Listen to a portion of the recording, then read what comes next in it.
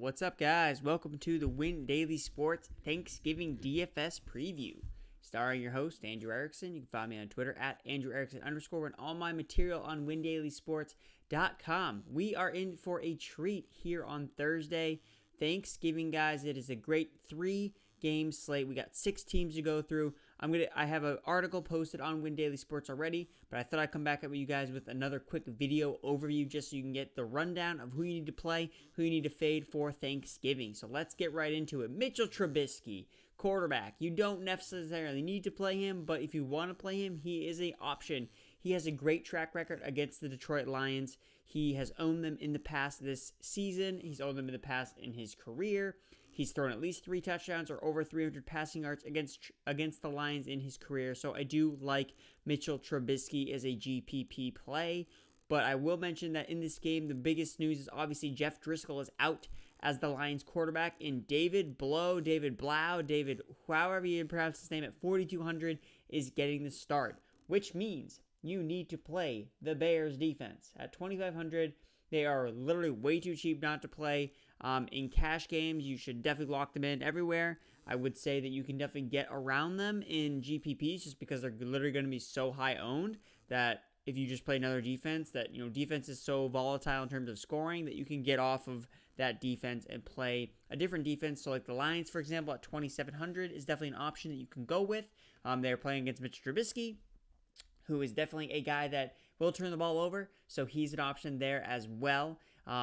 What I like at the receiver position for the Bears, the Lions, again, like I mentioned, are terrible against the pass. They are one of the worst pass defenses in the NFL. So Taylor Gabriel is also out in this matchup.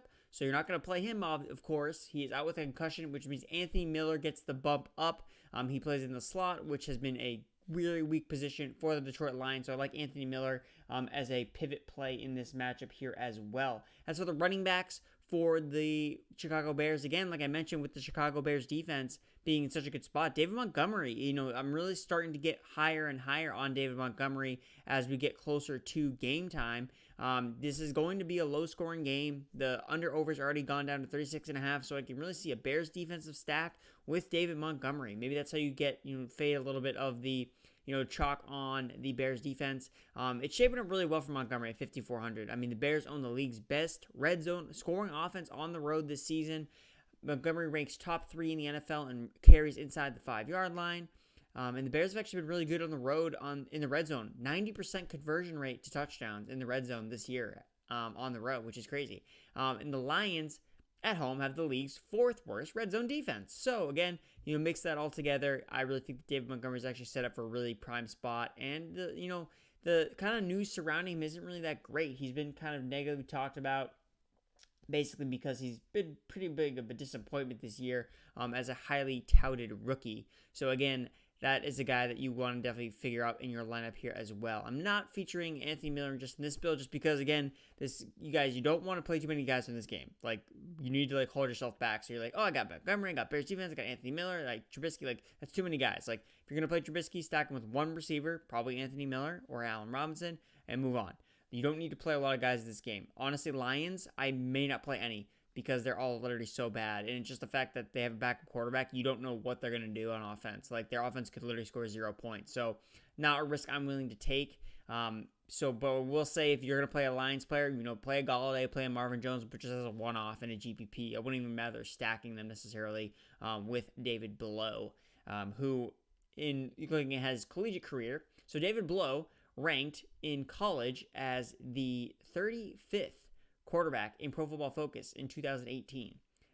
That's not good. So that's what we're dealing with at quarterback for the Detroit Lions. Moving on to the next game, Bills at the Cowboys. Josh Allen. Guys, I cannot stress enough that you need to play Josh Allen this week in DK. He is the best play, I believe, on the slate. I think you can play him in cash. You can play him in DraftKings. A lot of the other Win Daily guys are on him as well. Daniel Jones, and Javi. So everyone is on him in this matchup. So make sure that you get your share of Josh Allen.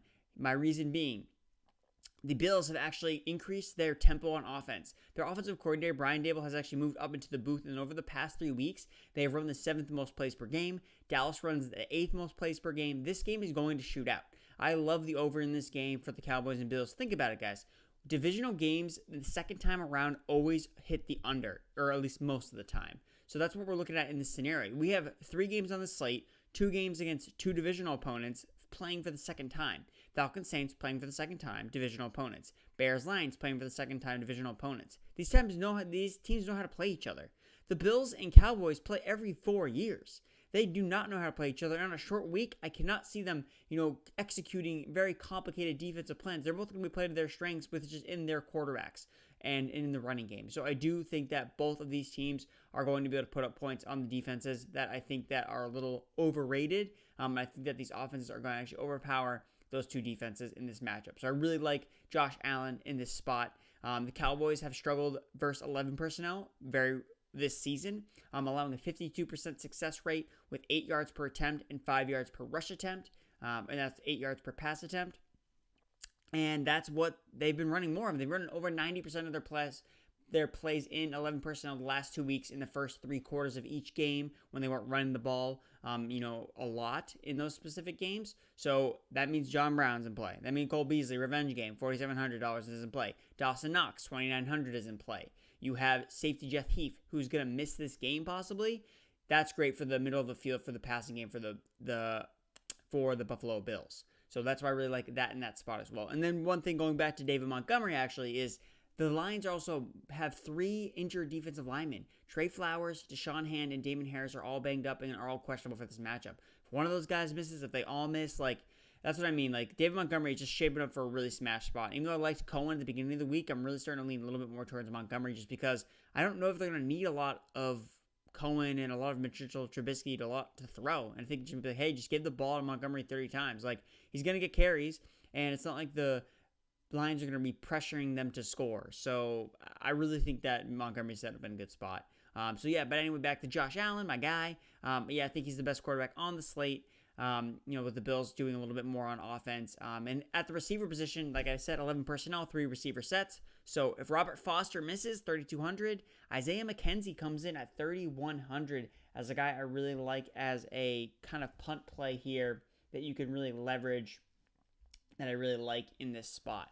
So, throw a little Cole Beasley in there, throw a little Isaiah McKenzie in there, and that kind of makes your lineup a little bit different here. But I would definitely say put as many of these guys as you can in your lineups. Bills players and Cowboys players. That being said, I like Zeke as an option as well. I think that he's probably going to be one of the most highly owned running backs, but I don't really care because I think he's just in a smash spot, and I think it's just too hard to kind of get off him in this spot against the Buffalo Bills defense that is not good against the run. They were run over not a lot because the Denver Broncos didn't decide to run the ball a lot in that game, but from an efficiency standpoint, we're giving up 5 yards a carry, so I do think that Ezekiel Elliott should be able to smash in this spot. And that brings us to our final game, is the Saints and the Falcons. So Julio Jones is questionable in this game at 7,300, but what we will do is we are going to lock in Michael Thomas a little bit here, a little bit of Alvin Kamara in here as well, and tight end, it looks like we have 3,500. So a tight end at 3,500, it puts you in a weird spot because you're like, oh no, I can't afford Jared Cook, but who you can afford is you can afford Jaden Graham at 3,100 as an option. Luke Stalker, the other Falcons tight end is questionable. He's probably going to miss this game, honestly. So that means Jaden Graham is going to see all the snaps at the tight end position. So I think he's an option as a play here as well. Michael Thomas is a lock again. But I would say with Michael Thomas is he's possible to fade if you need to, just because of the fact that I actually looked at a cool trend with him. And basically what I found was when he plays the Buccaneers, the last 2 seasons, his first game, he's gone over 100 yards. And that second game, he was actually held under 100 yards in the second game. So Michael Thomas definitely a lock in cash games, but I can see if you want to get off him in GPPs, definitely think it's worth it. Go to guys like an Allen Robinson, some of these, or even a Julio Jones. Julio Jones is 7,300. It's questionable in this game. Marshall Lattimore might play. So people are going to be off of Julio just because of the injury and they don't want to wait. So I think Julio is going to play. He participated in the walkthroughs on Wednesday, so I do think that he's going to end up in this matchup. And I think that even if he can't go, he's out there as a distraction. I still think that Julio Jones could be a great play because he'll be low owned, especially after you kind of burned a lot of people last week. That you have to capitalize on that recency bias, and probably a lot of people are going to going to be leaning more towards Ridley, when in a matter of fact, if Lattimore plays and Julio Jones is out, Lattimore's going to be on Ridley, and that may not be so good for Ridley. I think Russell Gage is in a good spot regardless at 3,900. He's really cheap. We saw his work from the slot. Alvin Kamara, again, another lock into cash games.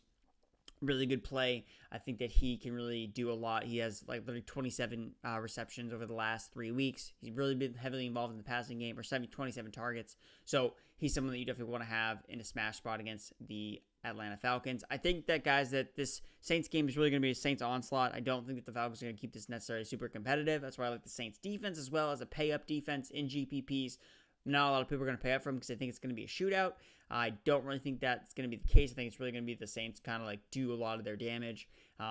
Look at the Saints defense. They have a top 7 pass rush grade, and the Falcons have a bottom 7 pass blocking grade. So I just think that the Saints defense is going to overpower this Falcons offensive line. And I just don't know. And it's just going to be a little bit of revenge, a narrative. The Saints got their butts kicked by the Falcons in their house. I think that the Saints want to kind of deliver the same amount of pain that the Falcons caused. So, guys, that is my wrap-up for Thursday night. Make sure you go check out the full article on the website. Please tweet at me if you have any questions about who you should start, who you should sit, anything you're kind of debating between. I'm really excited for this slate, and I hope you guys are too. Make sure you check out the podcast as well. Javi and Jay and David Jones do a great job breaking everything down, so make sure you go check it out. And also, obviously, check out the website, windailysports.com.